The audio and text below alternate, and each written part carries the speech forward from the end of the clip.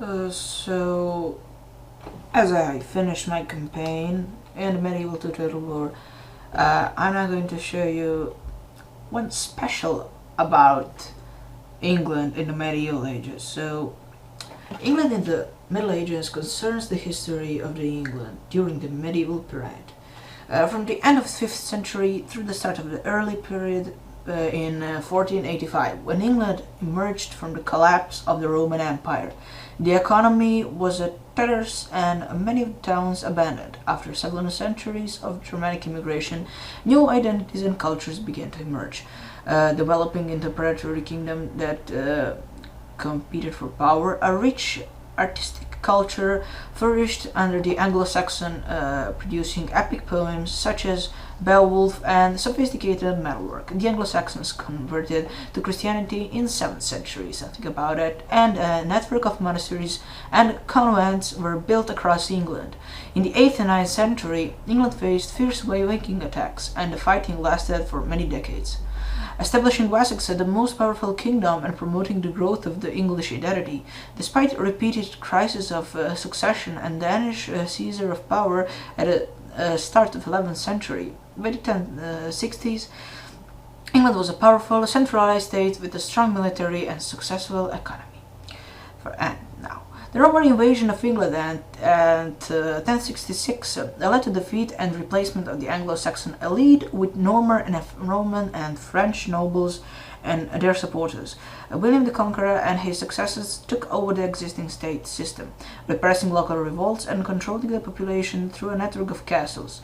The new rulers introduced a feudal approach to governing England, eradicated the practice of slavery, but creating a much wider body of unfree laborers called serfs. The position of women in society changed as laws regarding land and lordship shifted. England's population more than doubled during the 12th and the 13th century, fueling an expansion of the towns, cities and trade.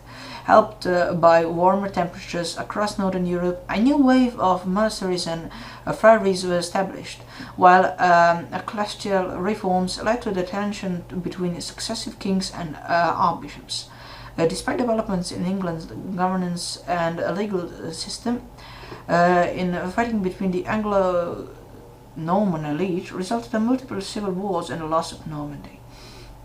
The 14th century in England began with the Great Famine and the Black Death, catastrophic events that killed around half of England's population, throwing the economy into chaos and undermining the old political order. Social unrest followed in the form of the Peasants' Revolt of 1381. Wild changes in the economy resulted in the emergence of a new class of gentry, and the nobility began to exercise power through a system termed bastard feudalism. Nearly 1,500 villages were deserted by their inhabitants, and many men and women sought new opportunities in the towns and cities. New technologies were introduced, and England produced some of the great medieval philosophers and natural scientists. English kings in the 14th and 15th century laid claim to the French throne, resulting in the Hundred Years' War.